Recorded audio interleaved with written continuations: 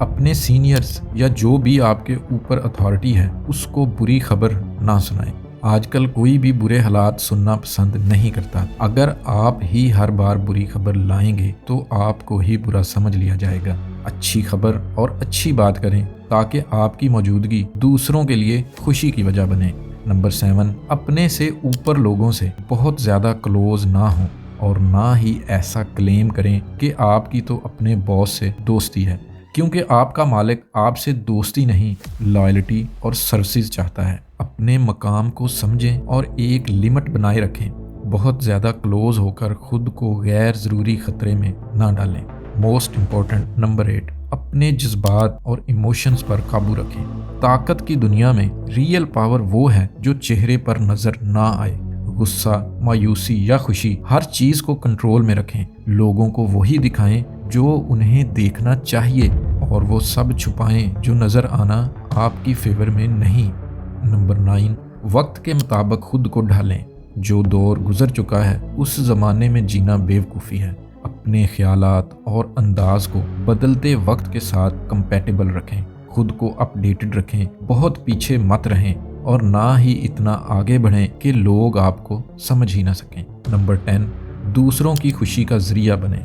دنیا میں پہلے ہی بہت زیادہ دکھ ہیں، کوئی بھی مزید بوجھ اٹھانا نہیں چاہتا۔ اگر آپ لوگوں کو خوشی دیں گے تو لوگ آپ کے ساتھ وقت گزارنا پسند کریں گے۔ اس سے آپ کا انفلوئنس، آپ کا ہولڈ، اثر رسوخ خود ہی بڑھ جائے گا۔ جو دوسروں کے لیے خوشی کی وجہ بنتا ہے وہ ہمیشہ یاد رکھا جاتا ہے۔ دوستو، اب ہسٹری کی بہت ہی انٹرسٹنگ اور ریئل لائف اگزامپل سے اس لا کو سمجھتے ہیں اور دیکھتے ہیں کہ ہماری آج کی لائف میں یہ لا ہمارے لیے کیسے ہیلپ فل ہو سکتا ہے۔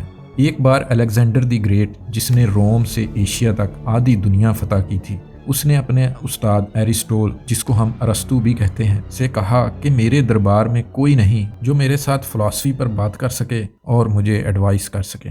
ارسطو نے مشورہ دیا کہ اس کے ایک شاگرد کالستھنیز کو اپنے دربار میں شامل کر لو۔ یہ نوجوان فلسفی میں ماہر تھا اور ایک انٹیلیجنٹ تھنکر بھی تھا۔ کالستھنیز کو ارسطو نے شاہی دربار کے ادب اداب بھی سکھائے تھے، بٹ ان چیزوں کو وہ غیر ضروری سمجھتا تھا اور بنا کسی لحاظ کے سچ بولنے اور کھری بات کہنے پر یقین رکھتا تھا۔ سٹارٹ میں تو الیگزینڈر کو کالستھنیز کی باتیں اچھی لگیں، بٹ وقت گزرنے کے ساتھ اس کی ریئلسٹک اپروچ الیگزینڈر کو بری لگنے لگی۔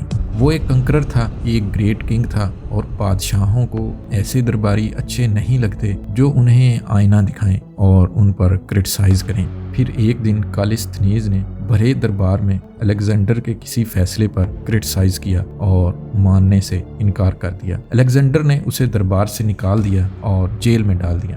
وہ درباری جو کل تک کالستھنیز کو فلاسفر مانتے تھے وہ بھی اس کے خلاف ہو گئے اور کسی نے بھی اس کی سفارش نہیں کی اور فائنلی اسے جیل میں ہی مار ڈالا گیا۔ دوستو، طاقت کے سامنے سچائی کا اظہار اکثر موت کی وجہ بن جاتا ہے۔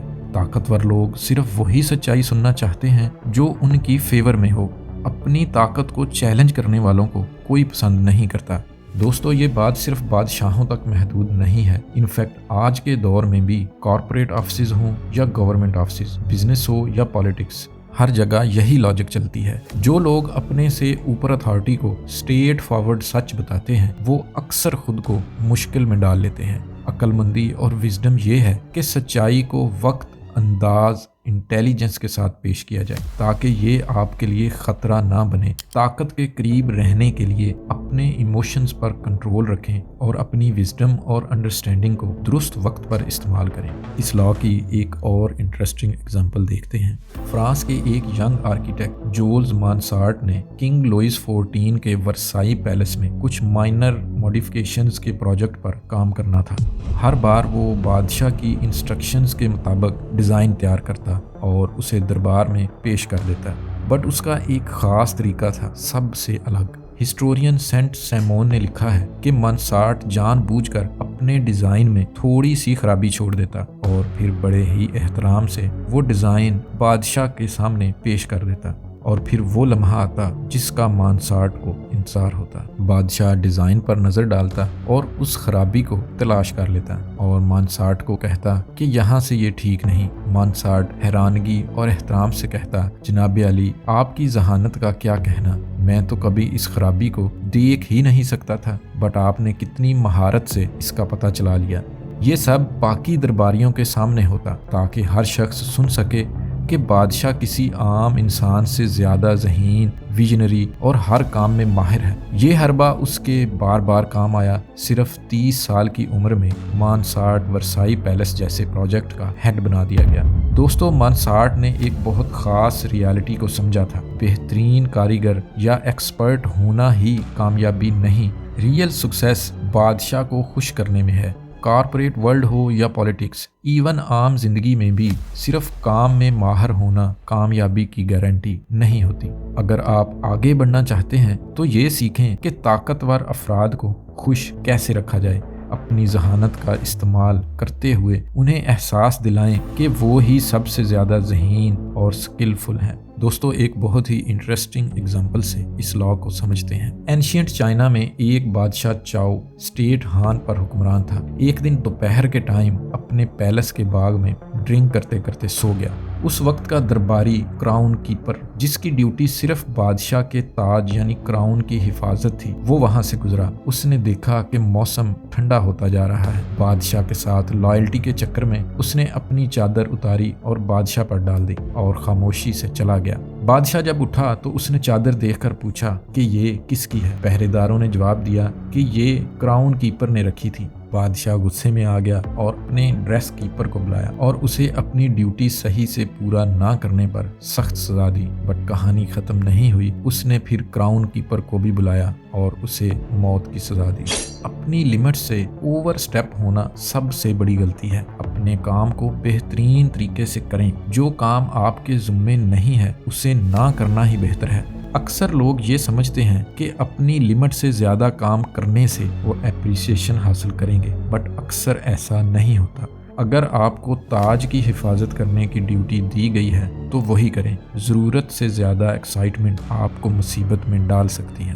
ایک اور بہت ہی انٹرسٹنگ اگزامپل دیکھتے ہیں۔ آرگون کے بادشاہ الفونسو فرسٹ کے دربار میں ایک بہت ہوشیار درباری خادم تھا۔ ایک دن وہ بادشاہ کے پاس آیا اور بولا، جناب میں نے ایک خواب دیکھا ہے کہ آپ نے مجھے گھوڑے اور قیمتی لباس دیے ہیں۔ الفونسو ایک جینرس اور بہت ہی اچھا بادشاہ تھا۔ اس نے سوچا کہ چلو اس کے خواب کو پورا کر دیتے ہیں، یہ ضرورت مند بھی ہوگا۔ اس نے وہ خواب والی ساری چیزیں اس درباری خادم کو دے دیں، بٹ اس درباری کا لالچ بڑھ گیا۔ کچھ دن بعد وہ پھر بادشاہ کے پاس آیا اور بولا، جناب میں نے پھر خواب دیکھا ہے اور اس بار آپ نے مجھے سونے اور چاندی کا تھیلا بھر کے دیا ہے۔ الفونسو مسکرایا اور بہت ہی کائنڈنس سے بولا، خوابوں پر یقین نہ کرو، یہ جھوٹے ہوتے ہیں، اور اس درباری کو کچھ نہ ملا۔ دوستو، ہمیشہ یاد رکھیں، زیادہ مانگنا خطرناک ہوتا ہے۔ بادشاہ کو خواب کی حقیقت کا پہلے سے پتا تھا، بٹ اس نے بادشاہ ہونے کے طور پر اس کا خواب پورا کیا۔ بٹ جب وہ درباری حد سے بڑھ گیا تو اسے نقصان ہوا۔ بادشاہ یا طاقتور لوگوں کو اپنی مرضی سے دینے دیں، بجائے اس کے کہ آپ انہیں مجبور کریں۔ سب سے بہتر یہ ہے کہ آپ اپنی ایبلٹیز اور ہارڈ ورکنگ سے خود کو اتنا خاص بنا لیں کہ لوگ خود آپ کو آنر دینے پر مجبور ہو جائیں۔ دوستو، اس لاء کی لاسٹ اگزامپل دیکھتے ہیں۔ برٹش پینٹر JMW ٹرنر اپنی پینٹنگز کے برائٹ کلرز اور بہت یونیک لائٹننگ کمبینیشنز کی وجہ سے بہت فیمس تھا۔ اگر کوئی اور پینٹر اپنی پینٹنگز اس کے آرٹ ورک کے پاس لگاتا تو وہ پینٹنگز مدھم، ڈل اور بے رونق نظر آنے لگتی۔ سر تھامس لارنس کے ساتھ بھی ایک بار ایسا ہی ہوا۔ ایک ایگزیبیشن میں ان کی 2 تصویروں کے درمیان ٹرنر کی ایک بہت ہی فیمس پینٹنگ کو لگا دیا گیا۔ لارنس کو یہ بالکل پسند نہ آیا کیونکہ ٹرنر کی پینٹنگ کی وجہ سے اس کے آرٹ ورک بے جان اور ڈل لگنے لگے۔ وہ آرٹ گیلری کے مالک کے پاس گیا، کمپلین کی، بٹ کوئی فائدہ نہ ہوا۔ مالک بولا کہ اب کسی کی پینٹنگز تو ٹرنر کے ساتھ لگیں گی ہی۔ لارنس مایوس ہو گیا، بٹ ٹرنر نے یہ کمپلینٹ سن لی اور اپنی پینٹنگ کے آسمان کو ڈل کر دیا تاکہ وہ ساتھ لگی ہوئی پینٹنگ سے پرومننٹ نہ لگے۔ ٹرنر کے دوست نے دیکھا تو پوچھا کہ یہ اپنی پینٹنگز کے ساتھ کیا کر دیا؟ ٹرنر مسکرا کر بولا، لارنس بہت دکھی تھا اور یہ تو صرف لیمپ بلیک ہے، ایگزیبیشن کے بعد واش کر دوں گا۔ دوستو، اکثر ہمیں لگتا ہے کہ طاقتور لوگ ہی ہمارے فیوچر کے فیصلے کرتے ہیں، بٹ حقیقت یہ ہے کہ ہمارے برابر کے لوگ اور ہمارے سے جونیئر یا کم سٹیٹس والے بھی ہمارے عروج اور زوال میں اہم رول پلے کرتے ہیں۔